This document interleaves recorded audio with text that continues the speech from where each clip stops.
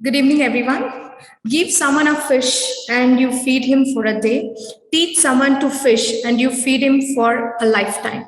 With this quote, I wish everyone good evening for this wonderful webinar today. I am Lakshmi RP, Assistant Dean, GIBS Business School, Bangalore. Today, we are virtually connected as a part of the GIBS Light of Knowledge webinar series. Today's topic is an introduction to product management and innovation.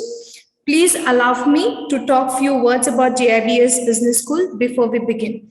GIBS Business School is a part of Goel Educational Trust, which is an exclusive business school. GIBS is an institute of international standards based in Bengaluru, Karnataka. GIBS Business School provides a BBA from Bangalore University and an AICTE approved PGDM program. GIBS has introduced a series of free national and international level webinars, leadership talk series, and panel discussions on trending topics. GIBS is spreading the light of knowledge, aims to bridge the gap between the classroom learning and the ground realities of the business world by inviting national and international thought leaders who are industry experts, academic luminaries, and entrepreneurs to share the vast array of experiences. So we are proud to announce that in the year of pandemic, that is 2021, GIBS has secured AAA rank in the list of top business schools in India by Career 360 for providing high value practice and quality academic management program. GIBS is recognized as the 19th best B school of eminence in India and 12th best B school in Karnataka by Competitive Success Review. GIBS is also considered as a new age B school by Forbes India 2021. We've been also ranked as 11th best emerging B school by Times of India. We have many more, but I have mentioned few for this year that we have able to get. I would like to extend a warm greetings to Ms. Ambika Desuraju ma'am, the resource person, Ambi Desuraju ma'am, the resource person of today's webinar. Ma'am, we appreciate you for accepting our invitation for being a keynote speaker today for this webinar. I'm delighted to welcome you, ma'am. Welcome you. I welcome you, ma'am, for the Thank webinar. You so much. It's my honor to introduce Ms. Ambi Desiraju to the distinguished audience. Ms. Ambi is working as a Director, Technical Product Management at Eagleview, Bangalore. Ms. Ambi is a passionate, self-driven product director and an enthusiastic evangelist of innovative products. She has experience in analyzing markets, building the business case, defining requirements, creating user personas, stories, and usability tests. She has got strong leadership experience through managing and influencing cross-functional and cross-geo teams. Her key contributions are in multiple early stage startups. She has got over 10 years as a product experience as a product manager with increasing ownership at both startups and growth companies. And she's been in over 15 years across consumer web and mobile application as a SW engineer and product manager. She has completed Master of Science in Computer Science from American University, Washington, D.C., and Bachelor of Science in Computer Technology from Nagpur University, India. She has worked at several leadership roles in various reputed companies like Norton, Junio Inc., Core Smart LLC, located in Canada. I welcome you for the webinar, ma'am. Over to you. Thank you so much, Lakshmi. I think there is CA there. It's actually California, Silicon Valley Bay Area. So sorry, ma'am. No worries. No worries. Thank you so much for the warm welcome. It's truly an honor and a pleasure to be here and speak to this audience. Unfortunately, I can't see the audience, all of them, but hopefully someday, we get to interact in person. With that, I'll get started on the topic for today, which is an introduction to innovation and product management. Please let me know if you can see my screen as I share it. Yes.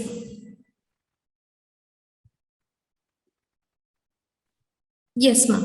You're able to see it, right? Yes. So an introduction to product management and innovation. As Ms. Lakshmi said, My background is in software development and software product management, and have worked at multiple startups. So I would like to kick off today's presentation with discussing about innovation first, and then move on to product management. So innovation. What really is innovation, and how do we think about it? How have we thought about it over the years? Steve Jobs, who is one of the greatest inventor or innovator of our time, said that innovation is the ability to see change as an opportunity, not as a threat. A great example of this is something that we are seeing all around us today during COVID times and the pandemic, as to how things have changed, how many things have been innovated, with respect to online education, doctors being able to talk to patients online, and so many other things, that so the situation really created an opportunity for many things to change and many innovations to happen. Innovation is not about ideas. We all think about different things when we see different problems, and think about, hey, I can do it this way, hey, I can do it that way. It is the seed of innovation, but innovation is really about making these ideas happen. When you look around you and you think about finding a better way to do things and then doing them, that is what innovation is. There is a difference between creativity and innovation. We have always thought about invention as creativity, to the point where you think about doing something differently and create a prototype, or something in a different way. That is what creativity is. But the adoption of that creativity by people around you, your community, your users, and the humans around you, is what really innovation is. And without the adoption, it might just be called as an invention. So when we talk about innovation, how should we approach it? Look around you and ask why things are being done this way. What are the problems around you that are not being addressed, and why? When we look around us, especially in India, there's so many problems with respect to infrastructure, with respect to garbage collection, waste management, and basic things that many advanced countries have overcome and proceeded to make their lives easier. So what is happening around us is really important to think about, to drive innovation and help the people around you and make their lives easier, right? Failure is also an important part of innovation. Unless you try and you fail and you learn from it, the incremental value that you can generate by learning from your failures, it doesn't happen in a very kind of organic way. So most of the people who are innovators, inventors, if you look at them and what they have done over the years, you will note that failure has always been a part of the process. But so is learning from the failures, and that's extremely important as well. Let's look at the history of innovation for a minute. So it is said that creative destruction plays a key role in entrepreneurship and economic development. There was an economist in the 1940s called Joseph Schumpeter, who created the theory of creative destruction, which suggests that business cycles operate under long waves of innovation. What this means is, once a wave sets off, it creates another wave, then creates a third wave, fourth wave, fifth wave, and then it just continues. And this is what his theory was, that the innovation happens in waves. If you look back at the first wave back in the 17th, 18th century, it was the Industrial Revolution, and the printing presses and the textiles, and that revolution that changed how things were manufactured. And then the railways, which connected different parts of the country and promoted growth in terms of trade. The third wave was considered to be the automobile industry, and then the fourth wave being the airplane, which started mobilizing global trade at a much faster pace than ever before. The fifth wave being the internet, and we all are using that. We are all a part of that fifth wave.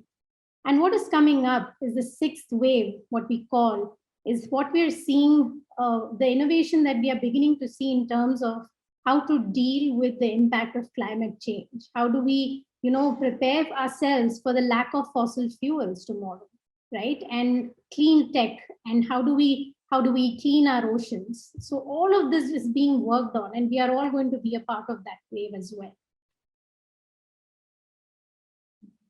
Let's look at some of the greatest innovations in the past 1,000 years. Internet surfing may be fun, but it represents a far smaller increment in the standard of living than what was achieved by extension of day into night by the electric light.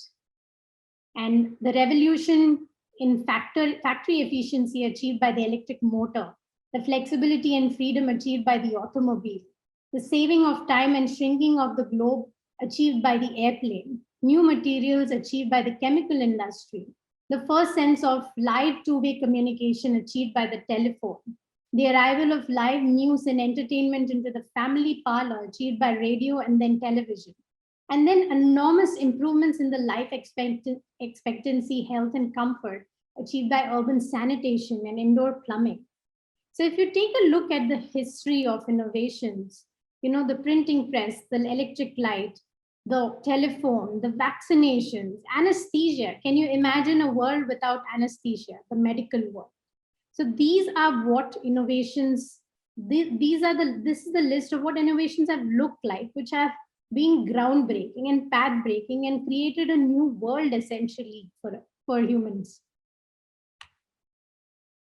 So what are the challenges of innovation? Think about, what do we need in terms of, what do we need to do when we say innovation, right? Superior solution. What does that mean? Superior solutions basically means, whatever we are doing today, we try to figure out another way to do it faster, to do it quicker, and, to do it better so that the time for the consumer, the user, the humans around you is saved, the money is saved. And the overall experience is something that they enjoy. So superior solutions can be found by asking interesting questions, incorporating user-driven data. Customers don't know they want something that doesn't exist. I'm sure all of you have heard that quote by Henry Ford, where he said that if I had asked customers what they want, they would have asked for faster horses before he invented the automobile or the car as we know it today.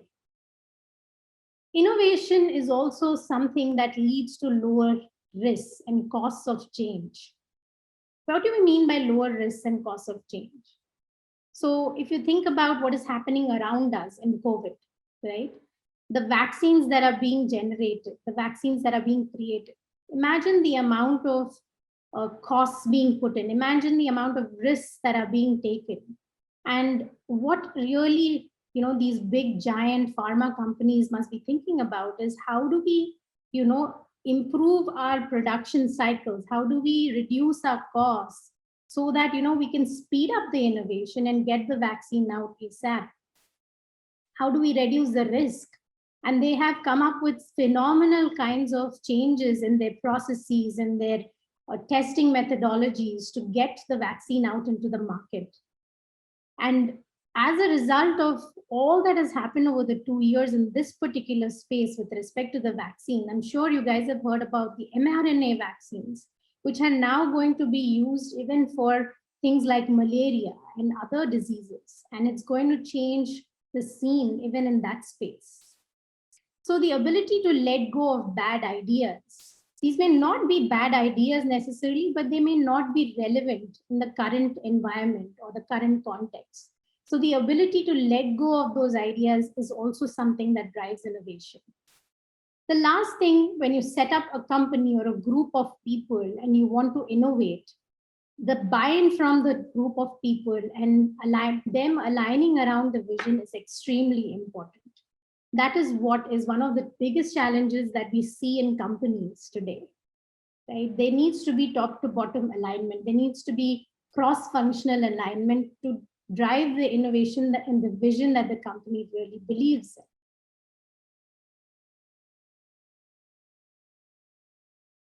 Let's talk about design thinking. I'm sure a lot of you have, heard about this concept called design thinking.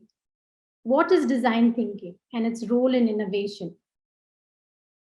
Think about the situation where, you'll be asked, how do you design a washing machine for a blind person, right?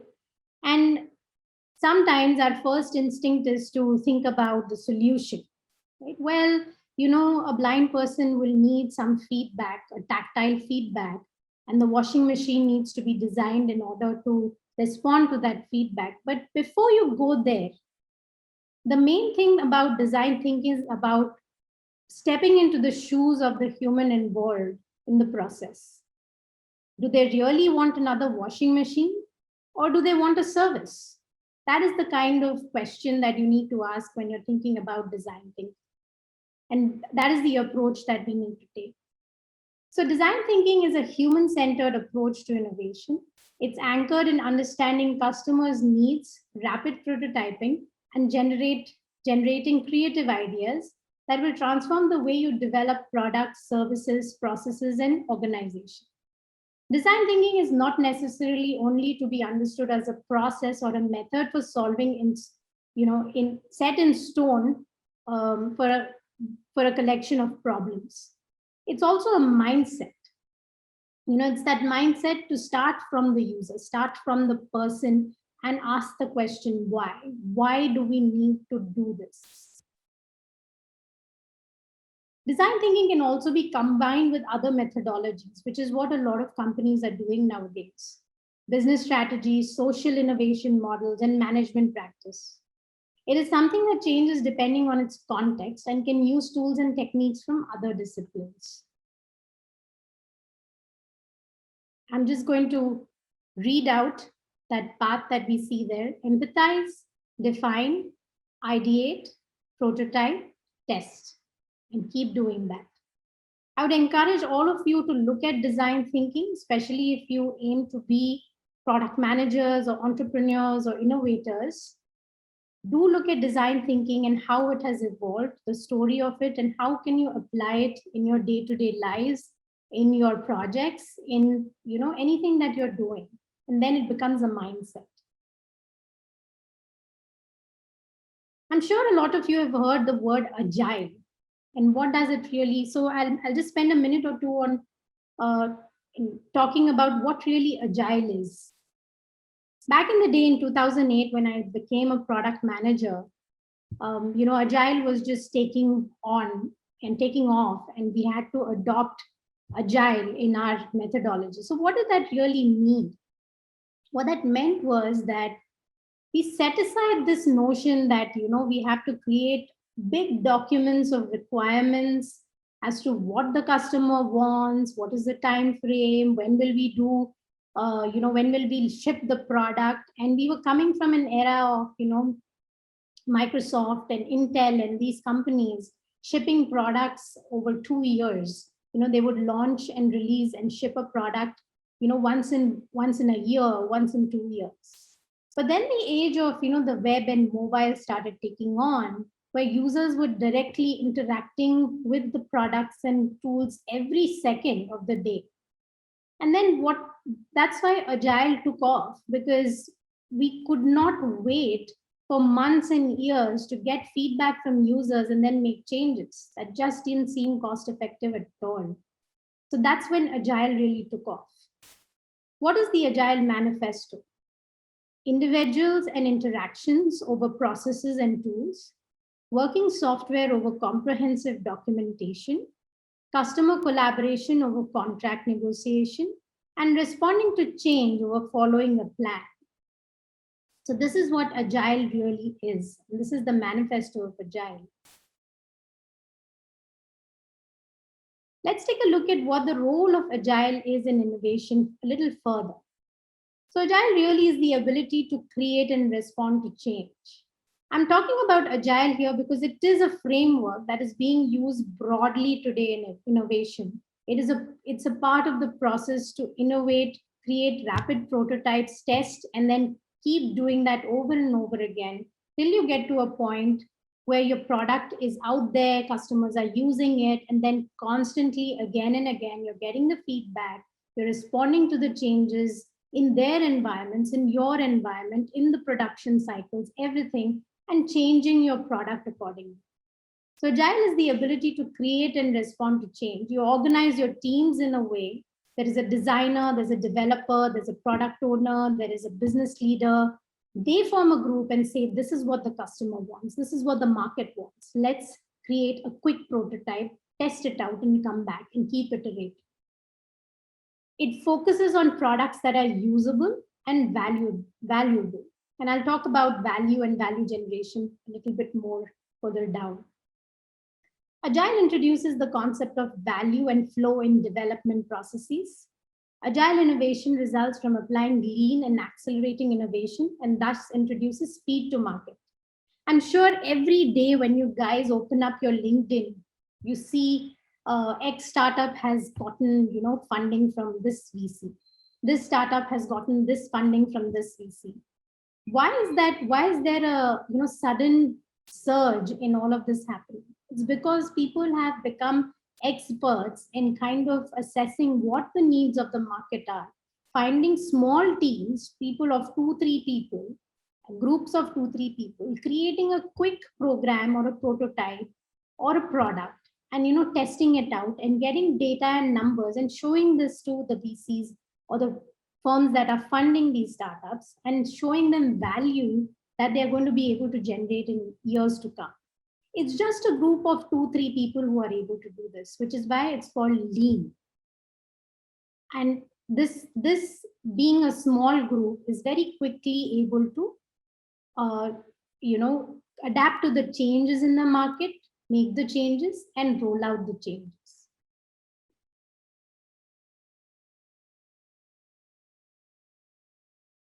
Sorry, am I not audible, Lakshmi? I got on. No, you're very much, ma'am. Maybe some connectivity issue to the person who is attending, but you're good.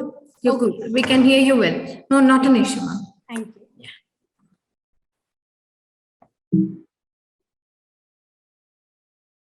I'm just going to spend another minute in the role of Agile, because as you guys go out into the world and start talking to people about your roles in a company, what you want to do, or whether you want to become an innovator, an entrepreneur, or any part of the process of creating a product or a program, Scrum, Scrum is a process which has been adopted very, very widely in the world today in the process of innovation.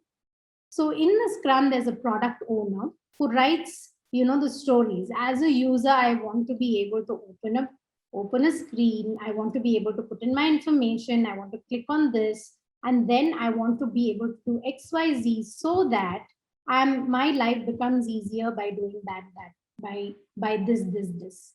So that is what the product owner actually does. They create those set of requirements or stories which is aligned with the product vision. And then they prioritize it and create a backlog. Then they set up a small meeting, which basically to work with their dev team or engineers saying, okay, in this first cycle, we'll achieve this, and then we'll test it out, deploy it, show it to the users and come back. So that cycle that you see here, the circle that you see here is basically what is called a 2 to 4 week sprint. And the concept of sprint and agile and this Scrum is what is applied everywhere in all companies today. They work for 2-3 weeks, create a set of features, test out the features, and then come back, and the product owner gets all the feedback from the users while the dev team has started working on something else, and keeps feeding this feedback and the new requirements or change requirements to the dev team. I would again encourage all of you to look into Scrum, especially if you're interested in product management or project management, because this is a very integral part of innovation today in the software industry. So with that, I'll actually move on to product management. I spoke a lot about innovation and the frameworks and the methodologies about innovation first, because when you think about product management, you first think about a product. And when you think about a product, you really have to think about innovation. And product as a as an entity today can be anything. It need not necessarily be a product, but it can be a service.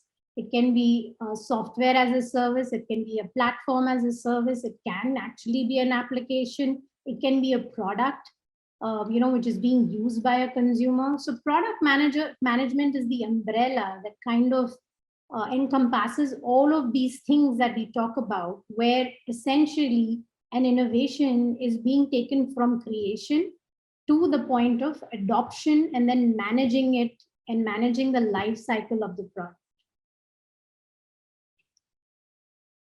Product management is an organizational function within a company dealing with new product development, business justification, planning, verification, forecasting, pricing, product launch, and marketing of a product or products at all stages of the product lifecycle. Now, if you take a look at this framework that is here, and I highly encourage you all to take a look at pragmatic marketing and the frameworks there, because they are very, very useful to kind of create a mental map of what does it really mean to create a product and take it to the market. So if you look at the left-hand side, the market problems, what are we going to win? What are we going to lose? How do we differentiate ourselves? When I say us, I'm talking about a company or a group of people who are trying to solve a problem. And when we say market, it basically means the group of users or the group of humans who are going to use your product or your application or your platform or whatever it is that you're innovating on. So how do we define that market, right? What are the users? What are the problems of these users, right? And how are we going to distribute what we are creating to this set of users? What is that product going to contain? What is that portfolio? What does that list look like of set of things that we are going to solve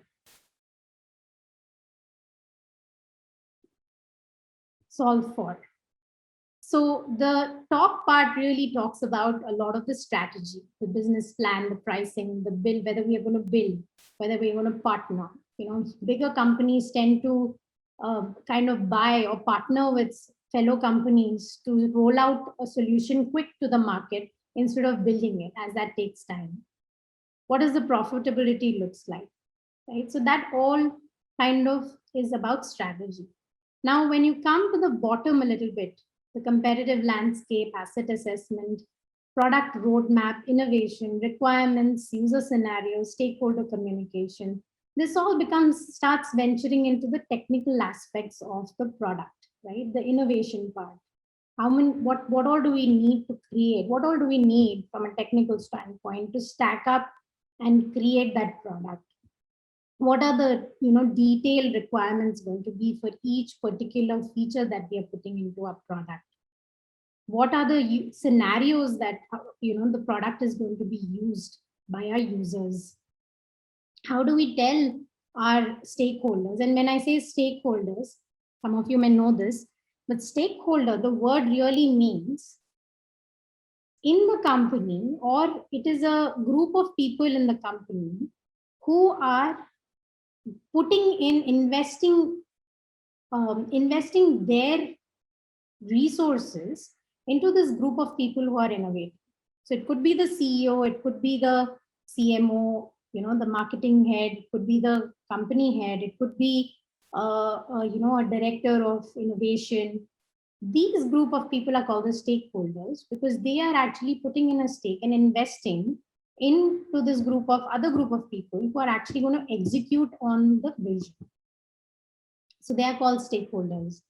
So product managers essentially are people who interface between these stakeholders in the company and the engineers to really translate what the vision of the product is, what the requirements of the users are, what does the market want, what is the segmentation of the market, right? What kind of users are we targeting? Whether it's kids, whether it's adults, whether it's senior citizens, and how likely are they going to adopt our product.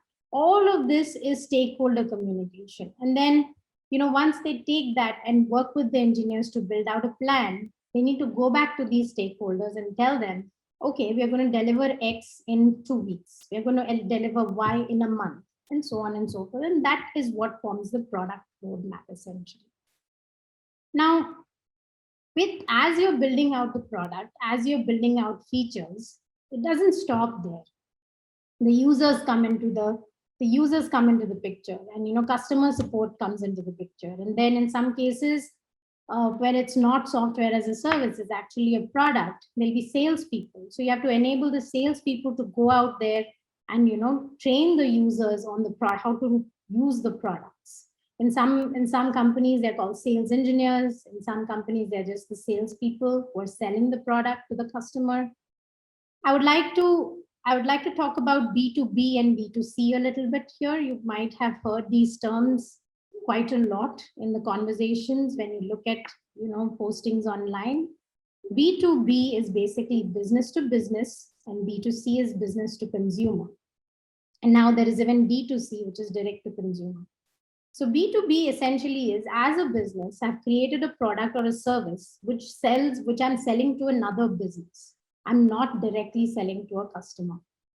An example of this would be, say, Google Data Cloud or Google Data Studio, or any of the platforms you see that are being used by smaller companies today, right? The company goes and buys this product for its employees, and the employees use the product. So that is an example of B2B. An example of B2C is what you see around you: Amazon, Flipkart. These are companies that are selling directly to the customers. Any of the apps that are on your phone that help you track your health, these are all B2C or D2C applications.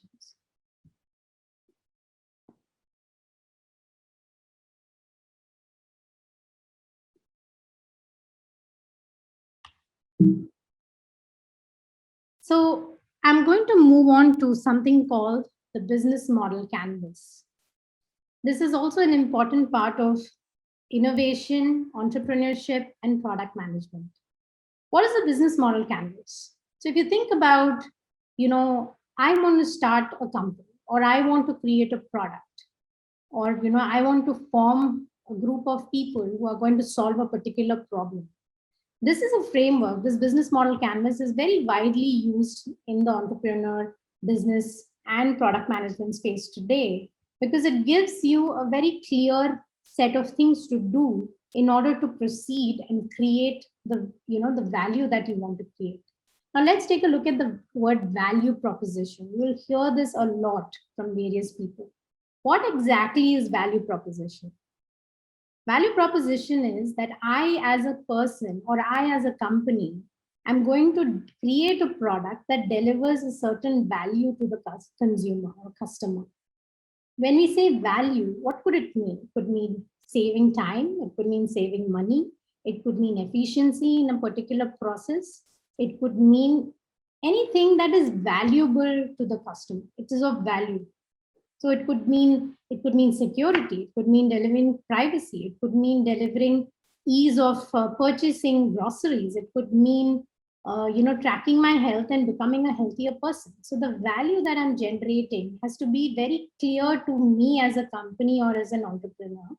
And that is what I'm putting as a proposition to the market, that I'm going to deliver this value. Now, towards the left of the value propositions, they are the key partners, key activities, and key resources. Basically, who is going to really partner with you to deliver this value?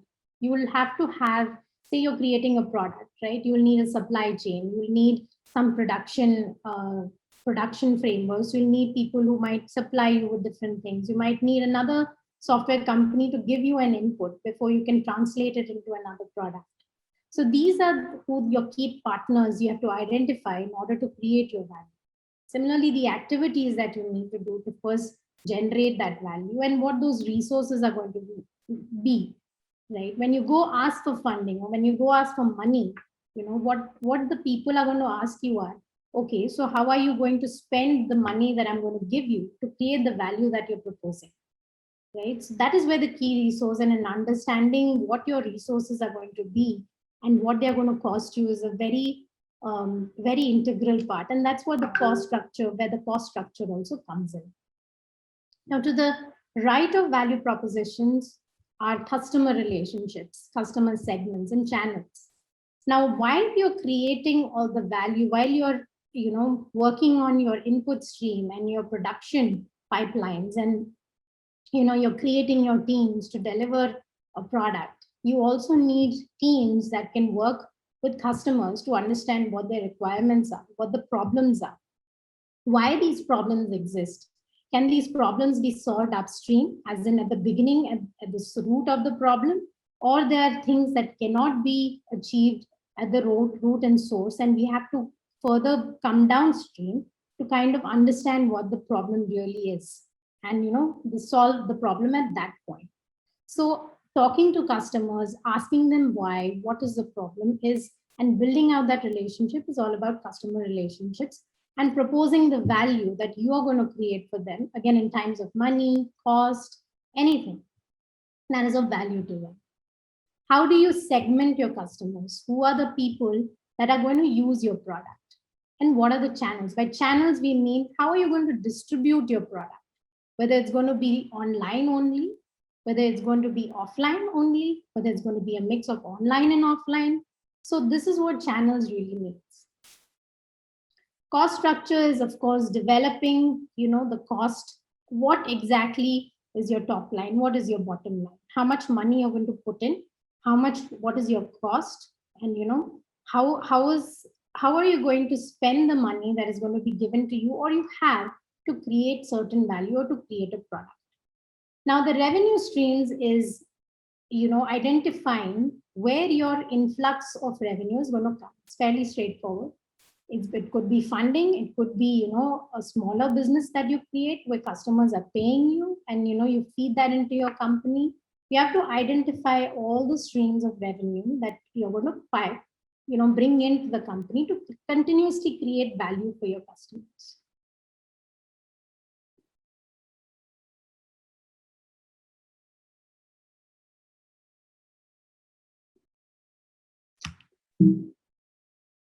Sorry, I just have a question. A product management relates to designing a product for easing the customer and matching to his affordability, by Mr. Jayakumar Suryanarayana. Yes, absolutely. That is, where basically creating value for the customer based on his, their ability to pay for the product.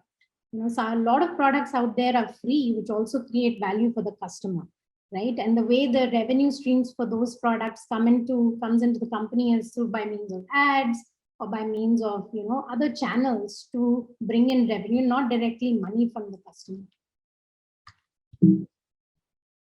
So there is a lot of talk about product management and project management, right? And I would just like to spend a couple of minutes on talking about what is product management versus project management versus program management also.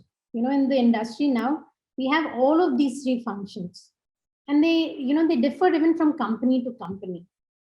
But at a high level, the difference between a product manager and a project manager is the product manager focuses on the product. They're kind of working upon why are we building this product? What do we need to do to build this product?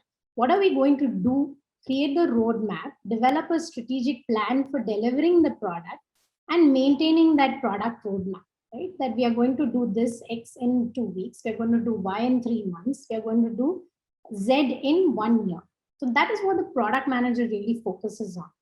Whereas the project manager is really managing the nitty-gritty of execution related to this product development.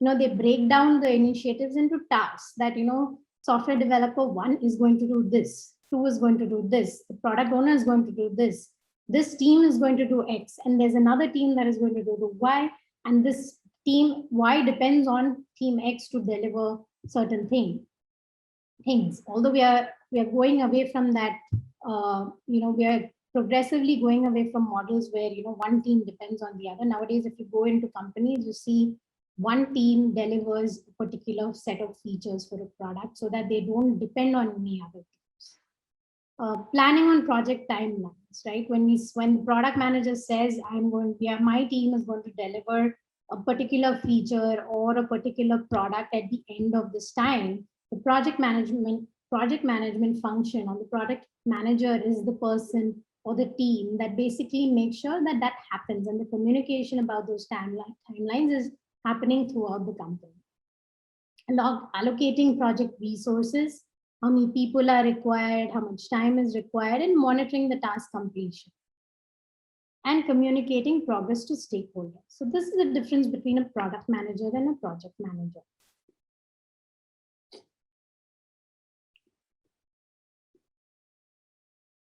I think this is my last slide, and I would just like to talk about the scalable agile framework to generate value streams.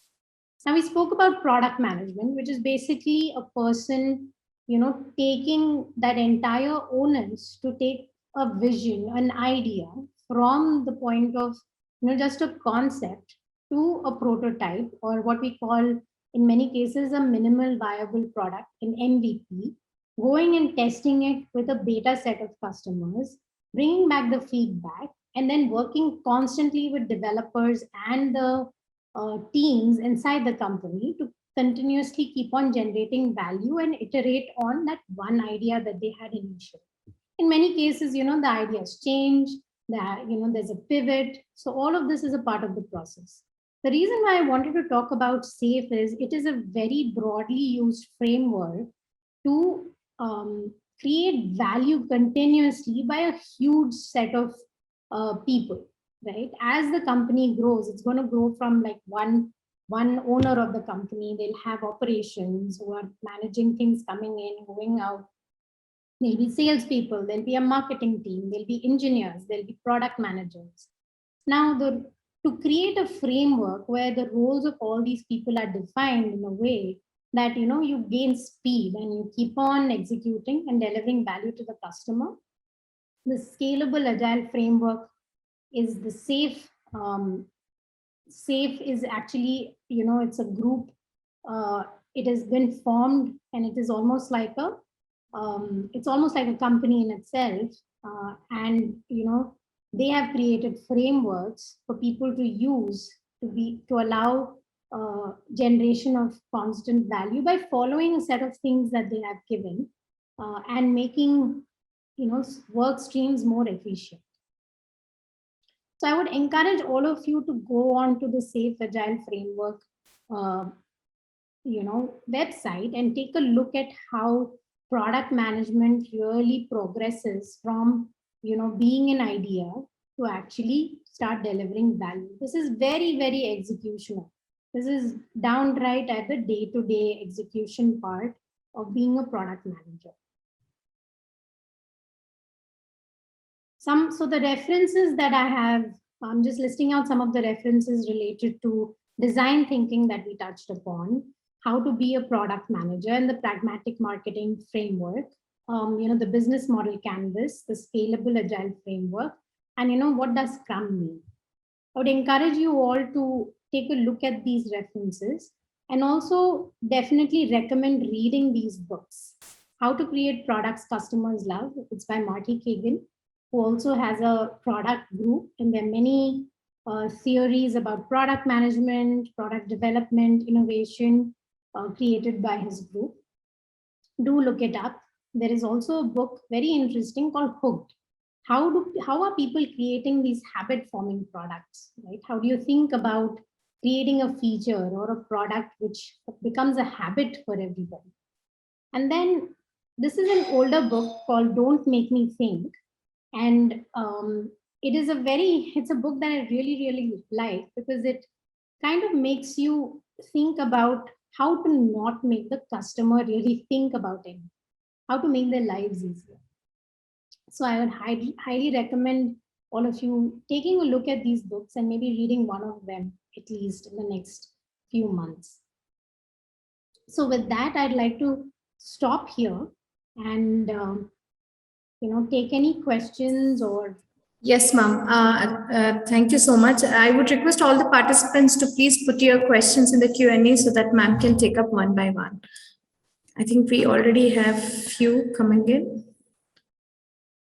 Yeah, so I see one by Arushi Agarwal. She says, I understand the importance of agile management, but don't you think it also increases risks? It is very easy to get lost into the continuous process of innovation, and the market data may not be analyzed effectively in the race of releasing the next groundbreaking product. Wouldn't this become a hindrance in innovation? That's a very good question. But actually, Arushi, if you go into the process of developing products, agile actually decreases the risk, because you're constantly building something and taking it to the user and testing it right there and then, instead of building out features, analyzing a long list of features, rolling it out to a huge group of users, analyzing the data, then coming back and realizing that, oh crap, we could have built this a completely different way. Look at the competitors, they've thought of it and they're building it differently.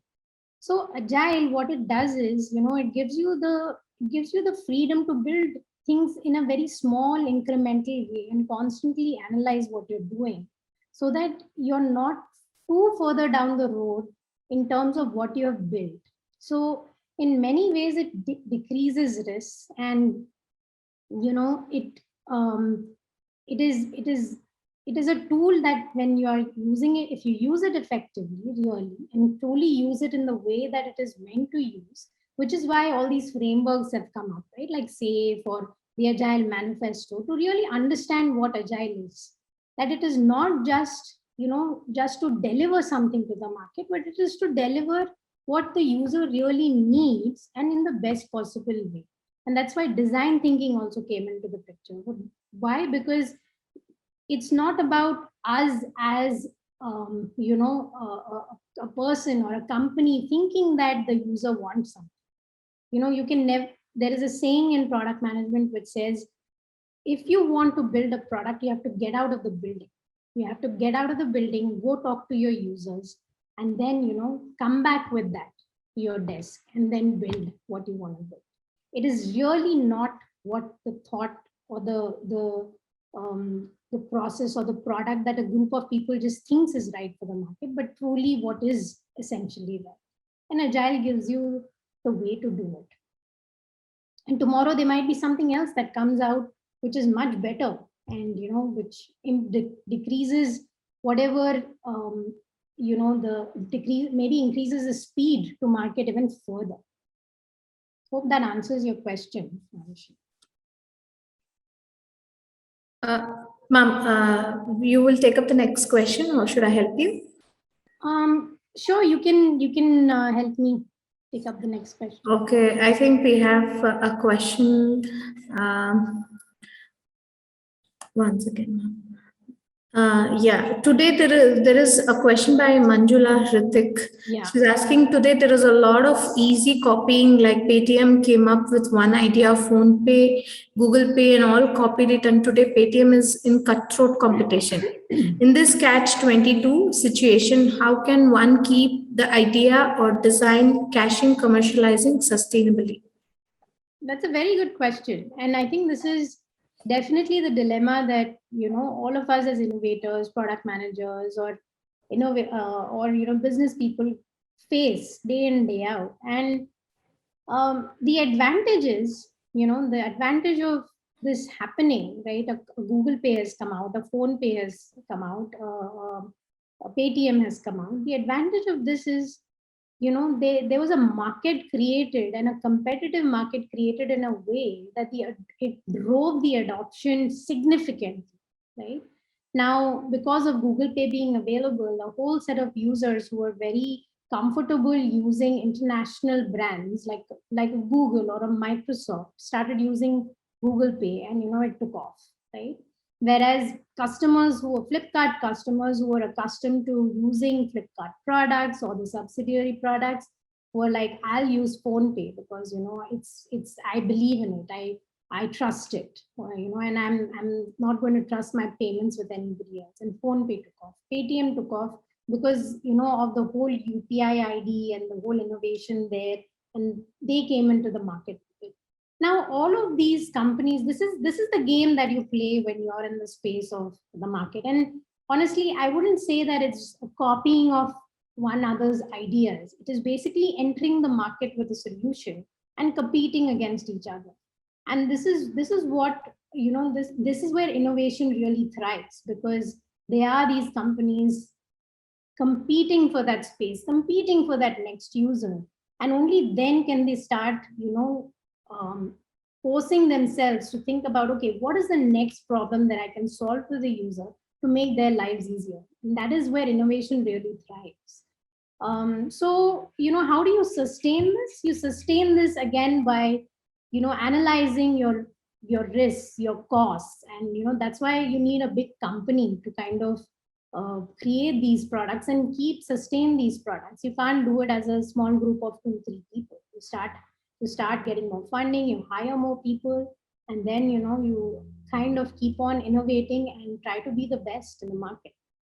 So the competition and is really what drives the innovation. And I would encourage you to think about it that way. And if you are a person who is putting a product out there and somebody has copied it, be flattered, be thrilled that there's a market being created for your product. And India is a big country. Even if you get a piece of the pie, there is a lot that you're solving for. There's a lot of revenue that can be generated. Focus on that, and sustain your business based on the changing environment and the changing needs. We'll take up another question. Once again, ma'am, just give me a minute. What aspects of product management do you find exciting? Sunny has asked me this question. What aspects of product management do I find exciting? So thanks for asking that question. So honestly, when I started in the industry, I was a software developer. I was writing code and I was creating web applications. But then, it just so organically happened that I started preparing stuff for the company with respect to what the users are thinking and how they would want to think by talking to people and bringing that information in. And I organically transformed into a product manager. And when you are more excited, there are a lot of my friends, a lot of people who are excited about building things. They want to be in tech. They are excited about the new technology, the new, all the new platforms to create new tech, scalability. They are all about, how to build. But if you're somebody who's excited about why do I want to build this? Why should I even try to build this? Isn't there a better way to do it? Right? That is what is exciting about product management, because you're the person as a product manager who's going to drive that. You're going to drive innovation, you're going to drive change, you're going to drive adoption, and you're going to drive management and maintenance of the product lifecycle. If that is what excites you, then product management is exciting, and that is what I find exciting. Thanks for the answer, ma'am. There's another question by Mr. Kaushik. He's requesting you to talk about how to overcome product failures or challenges or poor feedback. Right. So now if we take a look at, excuse me, take the example of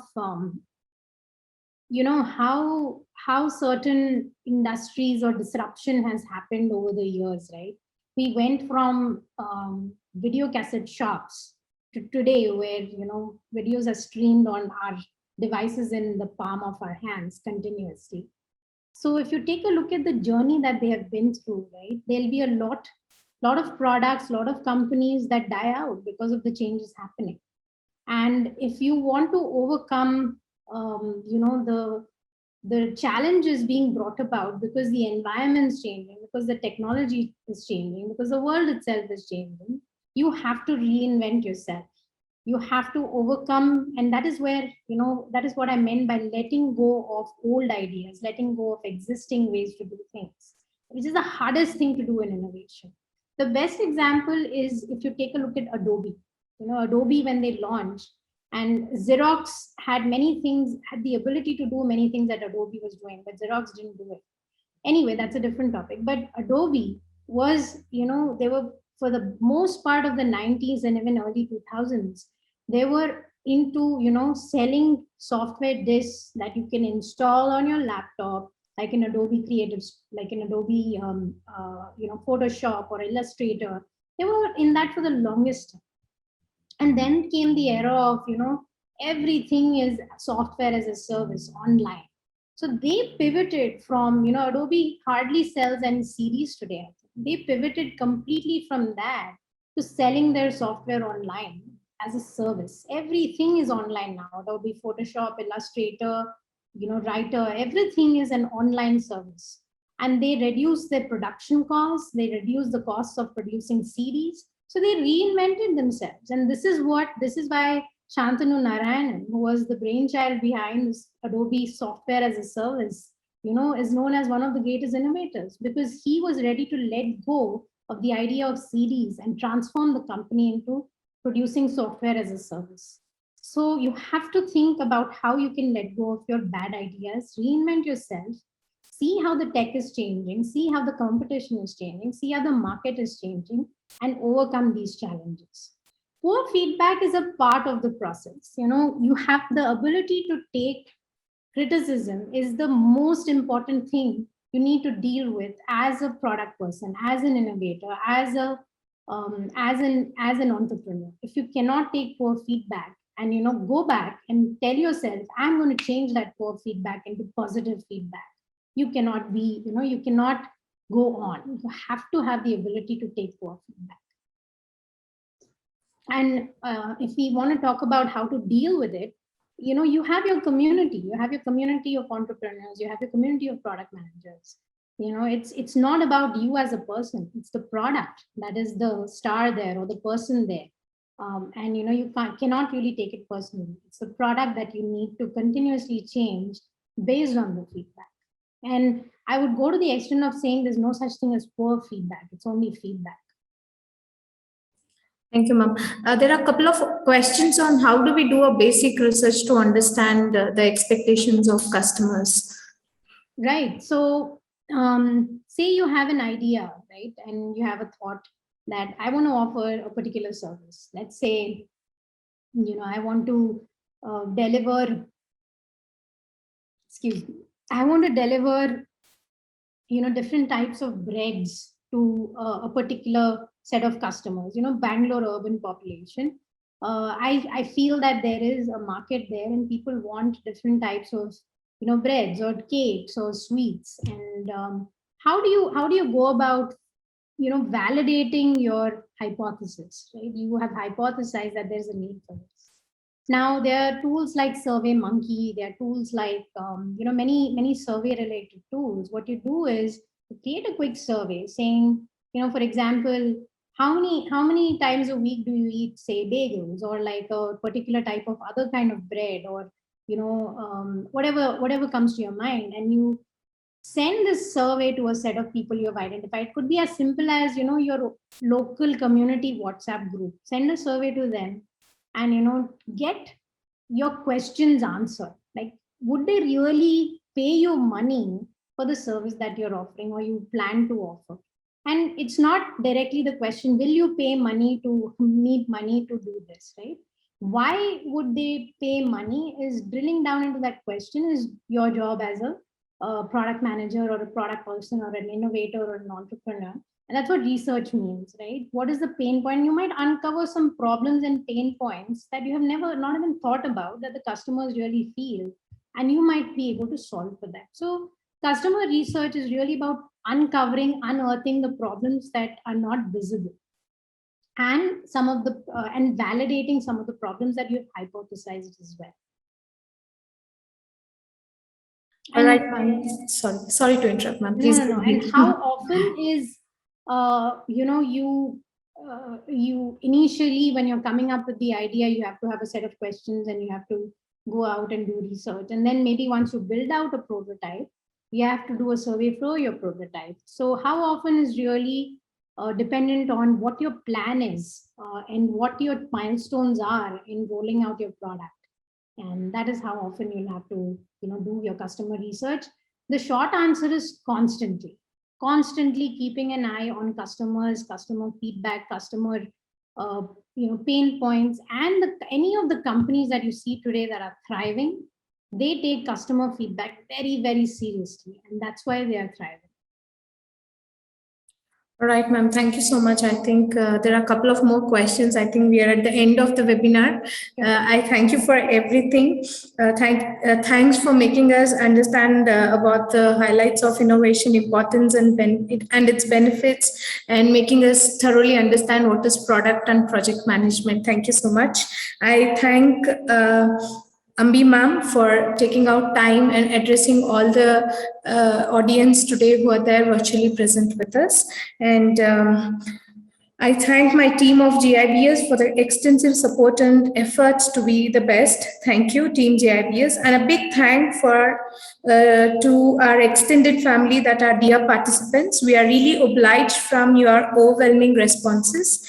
GIBS is known for knowledge sharing and its hospitality. Experience it by visiting our campus. I bet that you will love the state of art corporate infrastructure, and you also love meeting the team of innovative minds at GIBS who believes in spreading the power of positivity. Look forward for your visit. You can also watch this video and the videos of the previous webinars on YouTube too. The certificate of this webinar will be sent to your registered email ID by 2nd December, that is day after tomorrow. And not to miss the upcoming webinars, our next webinar is on 8th December on Secret of Success by Dr. Paul Sushil, who's an international trainer and motivational guru. Do not miss to register. Kindly follow us on all social media platforms. We are there on LinkedIn, Twitter, Facebook. Be with us always. Have a great evening. Stay safe, stay healthy. Thank you so much again, Ambi ma'am, for accepting our request. Looking forward to have more sessions from you, as I know that this is just an introduction. There's much more to learn in the area that you had just discussed with us. Thank you so much for everything. Thank you, everyone. Thank you so much. Thank you, ma'am.